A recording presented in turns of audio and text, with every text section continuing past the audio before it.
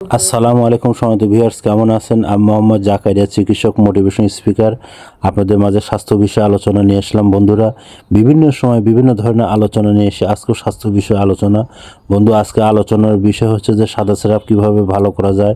তো বন্ধুরা, সাদা স্রাব কিন্তু খুব গোপন জিনিস, অনেকে বলে না, এটা আসলে বলতে হয় বা চিকিৎসা নিতে হয়। তো বন্ধুরা, সাদা স্রাব হলে কিন্তু অনেক ধরনের সমস্যা হয়। অতিরিক্ত দুর্গন্ধযুক্ত সাদা স্রাব খুব বিরক্তিকর, জ্বরের মুখে ইনফেকশন হওয়া এর অন্যতম কারণ। স্বাভাবিক সাদা স্রাব নিয়ে যোনিপথের ক্যান্সার বা সার্ভাইকাল ক্যান্সারের লক্ষণ হতে পারে, তাই সচেতন থাকা খুবই প্রয়োজন। এটি জটিল সমস্যা হলেও সাদা স্রাবের ঘরোয়া ঔষধ গ্রহণে আপনার পূর্ণাঙ্গ প্রতিকার পাওয়া যায়। যেরকম আপনার নিয়মিত আপনারা কলা খান এবং পরিষ্কার কাপড় পরুন এবং বেশি পানি পান করুন এবং আদা মধু মিশিয়ে সকালে খালি পেটে খান।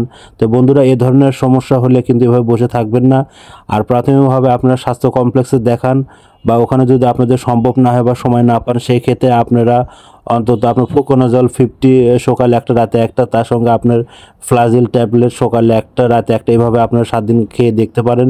এভাবে যদি আপনাদের ভালো বা সম্ভব না হয়, সরাসরি 100 বছর আমার প্রতিষ্ঠানে আপনারা এখানে আসতে পারেন। তো বন্ধুরা, এতক্ষণ মনোযোগ সহকারে দেখার জন্য আপনাদের সবাইকে থ্যাংক ইউ, সবাইকে ধন্যবাদ।